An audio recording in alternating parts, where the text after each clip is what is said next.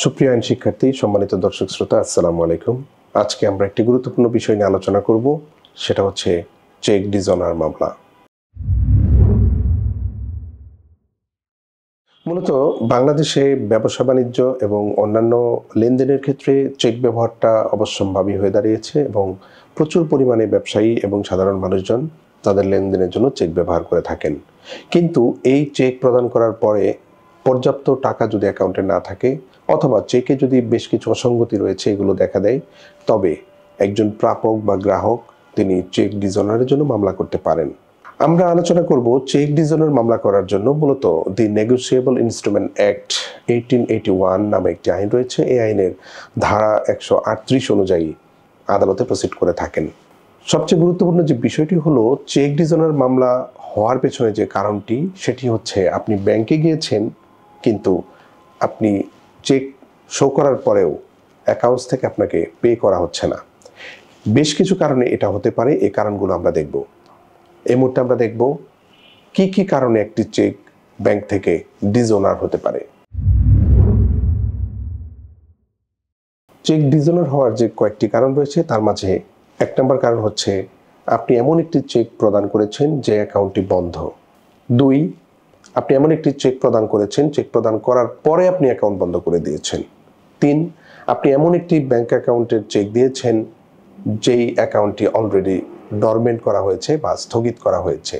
4 নম্বর যে কারণ, সেটা হচ্ছে যে আপনি যে চেকটি প্রদান করেছেন কিন্তু একই সাথে আপনি ব্যাংক কর্তৃপক্ষকে ইনফর্ম করেছেন যাতে চেকটি পাস করা না হয়, অথবা স্টপ পেমেন্ট ইনস্ট্রাকশন যেটা বলে সেটি আপনি করেছেন।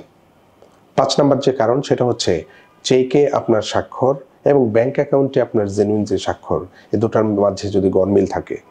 6 নম্বর কারণ, সেটা হচ্ছে যে আপনি অঙ্কে লিখেছেন একটি অঙ্ক এবং কথায় লিখেছেন ভিন্ন আরেকটি অঙ্ক। সেক্ষেত্রে চেক ডিজঅনার হতে পারে। এবার যে গুরুত্বপূর্ণ বিষয়, সেটা হচ্ছে চেক ডিজঅনার হওয়ার পরে মামলা করার প্রসেসটা কি। আমরা দেখব আমাদের নেগোসিয়েবল ইনস্ট্রুমেন্ট অ্যাক্ট 1881 সালের যে আইন রয়েছে, তার ধারা 138 অনুযায়ী একটি চেক ব্যাংক কর্তৃক ডিজঅনার করতে হবে যেদিন চেক প্রদান করা হয়েছে সেই তারিখ থেকে 6 মাসের মধ্যে। সেকেন্ড যে স্টেপ, সেটা হচ্ছে এই চেক ডিজঅনার যেদিন হয়েছে সেদিন থেকে 1 মাসের মধ্যে যিনি চেক প্রদান করেছিলেন তাকে বা সেই কোম্পানিকে একটি নোটিশ প্রদান করতে হবে, এবং যেদিন আমরা নোটিশটা প্রদান করেছি সেদিন থেকে 30 দিনের মধ্যে তারা যদি কোনো ধরনের আলোচনার মাধ্যমে সমাধান না করে অথবা পেমেন্টটা যদি না করে, তবে পরবর্তী 30 দিনের মধ্যে আমরা আদালতে চেক ডিজঅনারের জন্য মামলা করতে পারবো। চেক ডিজঅনার মামলার শাস্তি কি হতে পারে সে বিষয় নিয়ে আমাদের প্রত্যেকেরই জানার একটি আগ্রহ রয়েছে। আইন যেটা বলে সেটা হচ্ছে, যদি কোনো ব্যক্তি চেক ডিজঅনার করে এবং সেক্ষেত্রে যদি মামলা হয় এবং আদালতে যদি প্রমাণ করতে সমর্থ হয়, তবে আইন অনুযায়ী তার 3 গুণ পর্যন্ত, তার মানে চেকে উল্লেখিত অর্থের 3 গুণ পর্যন্ত জরিমানা হতে পারে, পাশাপাশি 1 বছরের কারাদণ্ড হতে পারে। তবে মনে রাখতে হবে, এই যে 3 গুণ জরিমানা, মূলত যে ব্যক্তি মামলার বাদী বা যিনি চেক গ্রহীতা ছিলেন তিনি কিন্তু এই 3 গুণ টাকা পাবেন না, বরং তিনি চেকে উল্লেখিত সমপরিমাণ টাকাই পাবেন। বরং এই যে অতিরিক্ত আরো 2 গুণ টাকা যদি আদালত ফাইন করে বা জরিমানা করে, তবে সেই টাকাটা রাষ্ট্রের কাছে চলে যাবে, আদালতের কাছে চলে যাবে। সর্বশেষ আমরা যে বিষয় নিয়ে কথা বলবো সেটা হচ্ছে চেকের মামলায় আপিলের বিধান।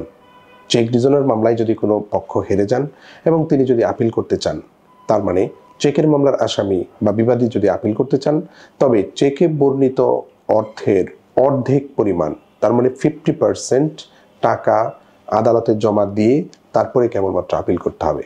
সুতরাং আমরা উপরোক্ত আলোচনা থেকে এটাই বুঝতে পারি, চেক ডিজঅনারের মামলা যদি হয় সেক্ষেত্রে নিয়মিত কোর্টে যাওয়া এবং মামলা সংশ্লিষ্ট বিষয়ে প্রপারলি অ্যাকশনে যেতে হবে।